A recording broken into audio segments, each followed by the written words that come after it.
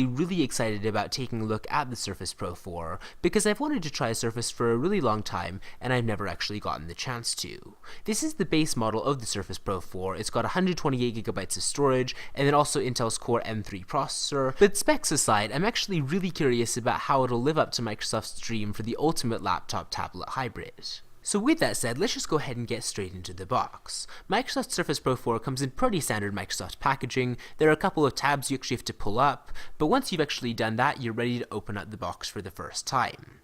So pulling up the lid of the box reveals the Surface Pro 4 tablet on top, and honestly I might be a little bit biased, but it really does look pretty nice in person. The Surface Pro 4 comes with a 12.3-inch screen, which is slightly bigger than last year's model, and it is also thinner, lighter, and faster than the Surface Pro 3 was.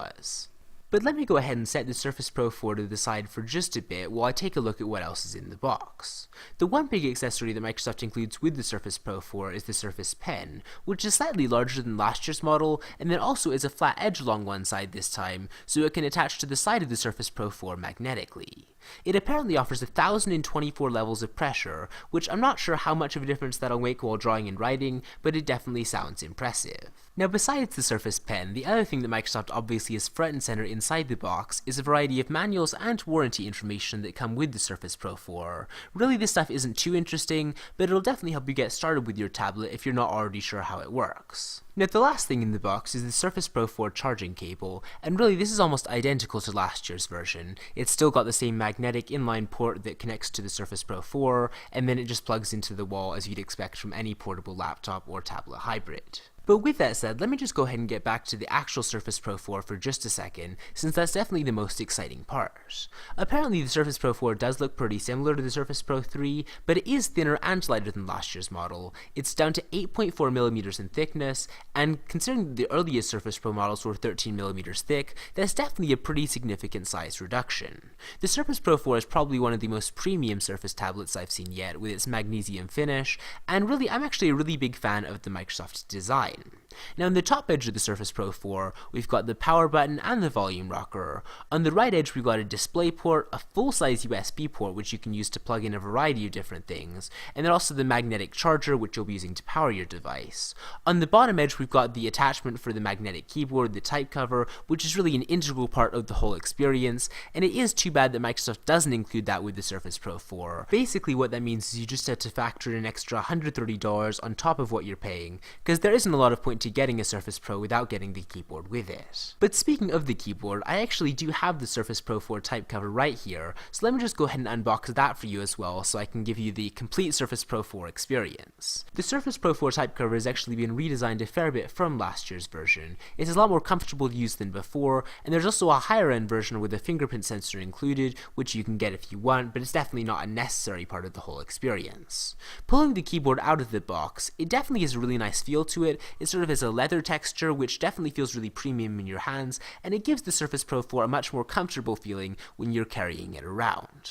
Just like in the past, the type cover does attach to the Surface Pro 4 magnetically, so that makes it really easy to pull on and off. Whenever you're looking for a laptop experience, you can easily just snap it on, and you have a full-featured keyboard to type on, and then when you want the Surface Pro 4 to be a tablet, you can just pull it off, and you can use the Surface Pro 4 like basically a giant iPad. This has really been Microsoft's dream for Windows all along, and it's really exemplified in the Surface Pro 4. I honestly think the Surface Pro 4 might be one of the very first devices that fully captures what Microsoft was intending to do with Windows 8 all along.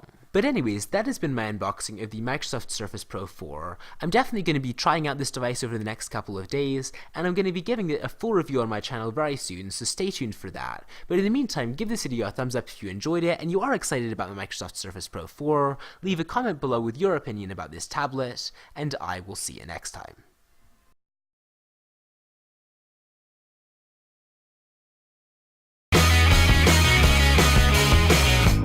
What's up guys, today I want to talk to you about the 4th generation Surface Pro by Microsoft. I'm going to cover the good, the bad, and talk about any reserves that I have about the product. So let's get into it. I'm going to start off with an overview. The Surface Pro 4 comes in various configurations from an Intel Core M3 all the way to a Core i7, comes standard with 4GB of RAM but can be upgraded all the way to 16GB, and has either 128 or 256GB hard drive. And on the most expensive model, you can go all the way up to 1 terabyte. All models come with a 12.3-inch PixelSense touchscreen display which looks amazing. So let's talk about the one we have here in front of us. This model has an Intel Core i5 Skylake CPU, 8GB of DDR4 RAM, and a 256GB hard drive. I also picked up the blue type cover for a standalone keyboard, which I'll talk more about later, but enough with the specs, let's get to the good stuff. First and foremost, this thing looks awesome. It is 8.5mm thin and comes in at just under 2 pounds. And the solid magnesium body looks very nice. It has a full-size USB 3.0, a mini DisplayPort, and a charging port on one end, and on the other side we have a standard 3mm headphone jack. On top we have a power button and volume rocker, and finally a micro SD card slot underneath the kickstand. The PixelSense screen is amazing and the 10-point touch is very responsive with both my finger or the stylus included in the package.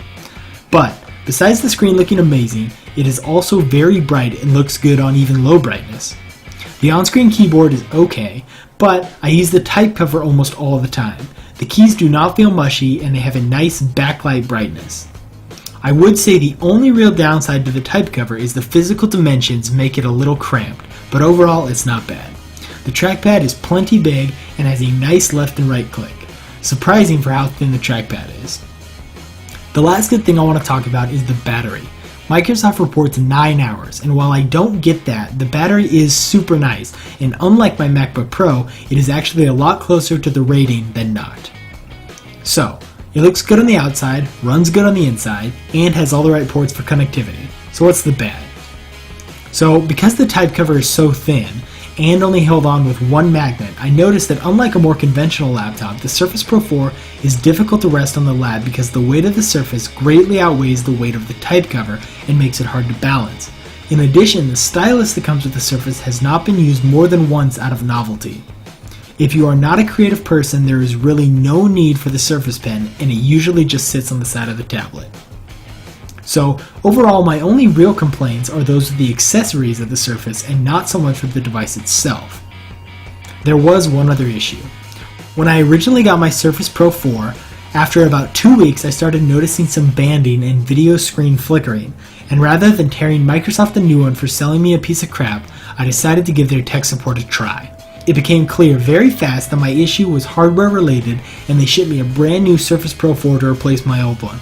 The whole process from start to finish took about 4 hours overall, so I can't complain about Microsoft on this one. The new model has no issues whatsoever, so I'm not going to hold it against anyone. Every once in a while there is a bad egg, but it was something to be aware of as it was not possible to fix with software. If this was your daily driver and you used it for creative work, it would be super inconvenient. But as I used it occasionally for a few days, the flickering screen wasn't the end of the world. So, what's the conclusion? All in all, I would say I'm definitely happy with the Surface Pro 4. It has a few small issues, but I am definitely willing to forgive that for how well it can multitask and how fast and fluid everything is in such a small form factor. So if you guys liked the video, give it a thumbs up. If you disliked it, give it a thumbs down. If you have any suggestions for future videos, leave them in the comment section below. And if you guys have not yet, I would love for you to become a subscriber.